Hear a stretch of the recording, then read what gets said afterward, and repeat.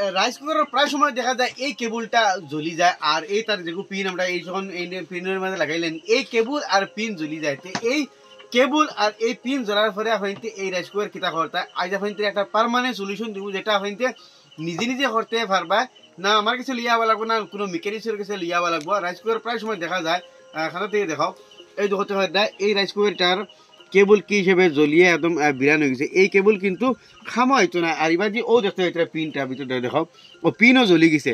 এখন আমি আপনার হয় এখন যদি আপনার এই কেবল একটা লোয়ার যাই আর এই পিনটা বদলানি যাইতে খালি কেবল একটার দাম পড়বো 150 টাকা, আর এই পিনটার দাম পড়বো 100 টাকা। 150 আর 100 250 টাকা খালি আপনার এই পিন আর কেবলের দাম।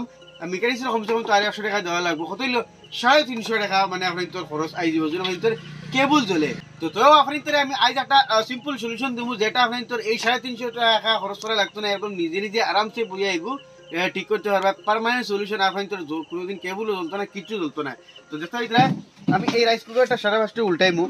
এখন আমরা কিতা করমু, যেহেতু এই কেবলটা জ্বলে গেছে আবার ডাইরেক্ট ওলা কাটার রাস্তা এগুলো লইয়া এই কেবলটা আমরা এখন মাঝে কাটিয়ে এই বাজু ফেলাই দিমু, আর এই কেবলটা খামা লাগাইমু আমরা চুলাইয়া অগুর বাজু কভার আমি ফেলাই দিমু। তো ওই সবে আপনার অগুরে ফলা কভার চুলিয়ে ফেলাই দিবা, যাতে কভার আমি চুলি লিছি আর 2 কিছু ওয়ার পড়াইছে, এটা আমি চুলাইছি। আর এখন আমি এটা রাইস কুকারটা খুলমু। তো এই রাইস কুকারটা খুলা তো ডাইরেক্ট অন একটা নাট থাকে, আর কোনো খরে দিয়ে 3টা নাট থাকে। এইটার বডির মাঝে একটা নাট আছে, দেখতে এইটা ও সাইডে খেয়াল রাখবা, কোনো বডির মাঝে নাট থাকে, কোনো বডির মাঝে নাট থাকে না।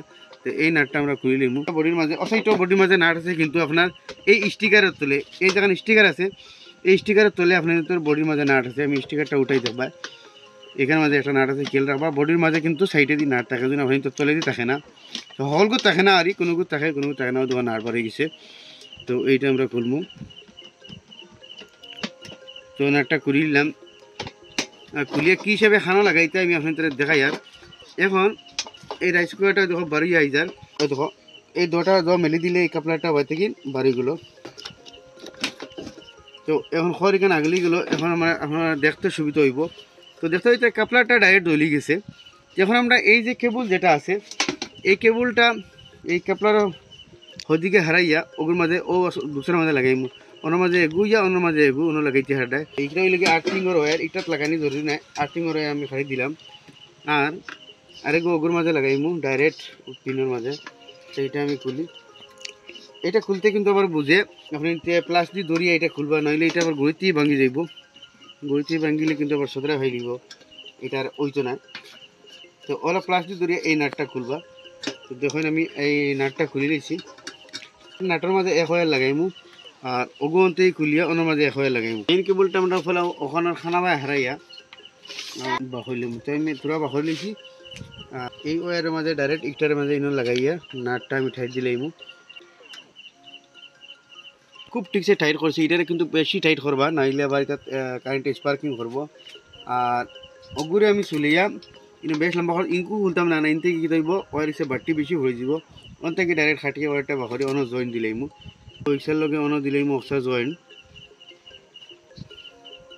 আমি লাগে খুব বেশি জয়েন করে দিছি। আর ইনে একটা গাইড লাগাই দিয়েছি, যাতে আমরা এই ওয়ারটা এই গাইটের মাঝে আটকে, যাতে টানার লগে আমরা জয়েন থেকে ছুটিয়ে আয় না। তো দেখো এটা এই ওয়ারটা গাইটের লগে ওয়া আটকের, তো আমি ঠিকসে খড়ার মাঝে ফসাই দিব এটারে, যাতে টানার লগে বার হয় না।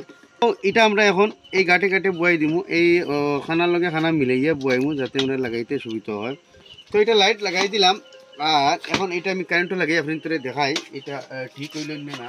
তো লাগাই দিলাম আমি কারেন্টও। আর দেখো এটার বাতি জ্বলে, দাঁড়াইন দেখাও, এই দেখো এটা বাতি কিন্তু জ্বলে, ডাবানির লগে রাইট লাইট জ্বলে। দেখতে পারলে আপনাদের সামনে এই রাইস কুকারটা ঠিক হয়ে গেল। আপনাদের দেখাইলাম যে রাইস কুকারের এই কেবল জ্বললে আপনি কি হিসেবে ঠিক করতে হয়। কিন্তু আপনাদের আমি আবার কই এই কেবল হওয়া যায়, কিন্তু এই কেবল ইক্সার দাম আছে 150 টাকা। আর আপনার এনের যেটা কাপলার যেটা রয়েছে এই কাপলার দাম আছে 100 টাকা। 150 টাকা কাপলার দাম 100 টাকা, 350 টাকা মেকানিক্সের, 250 টাকা মেকানিক্সের যদি দেওতে 250 টাকা দিবে, 350 টাকা লাগবো। আর আপনি যদি এই পদ্ধতিরে হরেন তাহলে এই কেবলও লওয়া লাগলো না, কাপলারও লওয়া লাগলো না, আর আপনি জ্বলারও সমস্যা হইল না। তো আসলে ছোটো মোটো একটা ইনফরমেশন আশা করি আপনাদের ভালো লাগবে, শেয়ার করবা। এরকম নতুন নতুন ইনফরমেটিভ ভিডিও দেওয়া আমার পেজে ফলো করবা, ইউটিউবে দেখলে সাবস্ক্রাইব করবা।